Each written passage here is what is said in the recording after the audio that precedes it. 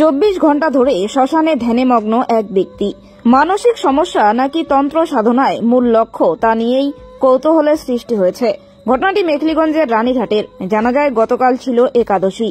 সেই একাদশীর দিনে রানীঘাটের ওই শ্মশানে একজনের দেহ সৎকার হয়। এই দেহ সৎকারের পর ওই শ্মশানে ধ্যানে বসেন এক মাঝ বয়সী ব্যক্তি। তবে কি কারণে সে ধ্যানে বসেছেন এখনো বিষয়টি পরিষ্কার নয়। স্থানীয় মানুষজনেরা এই ধ্যানে বসার খবর জানতে পেরে ভিড় জমাচ্ছেন সেই শ্মশানে। তবে ওই ব্যক্তি মানসিক ভারসাম্যহীন নাকি তন্ত্র সাধনায় সিদ্ধি লাভের আশায় তার এই ধ্যানে বসার কারণ তা নিয়ে রহস্য ঘনীভূত হচ্ছে। তবে স্থানীয় বাসিন্দাদের কথায় ওই ব্যক্তি মাঝে মধ্যে মানুষের নানা রোগে ঝাড়ফুঁক করেন। তবে কি ঝাড়ফুঁকের কাজেই তন্ত্র সাধনায় ধ্যানে বসেছেন বিষয়টি পরিষ্কার হবে ধ্যান থেকে উঠে আসার পর। ততক্ষণ চোখ থাকুক আমাদের চ্যানেলে। আমরা সমস্ত আপডেট আপনাদের সামনে তুলে ধরব। কি ঘটেছে একটু বলবেন? না কি কই আমরা আচমকা ও কালকে মিত্র মরছে, ও এসে বসছে এই জায়গায়।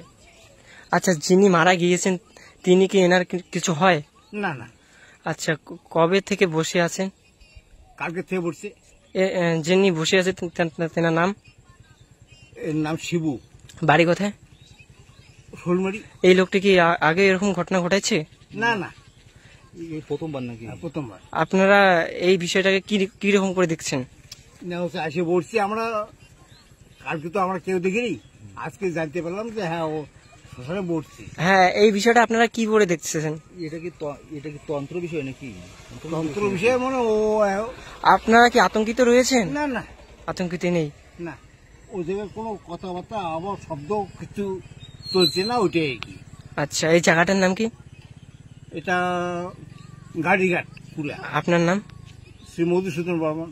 ঠিক আছে।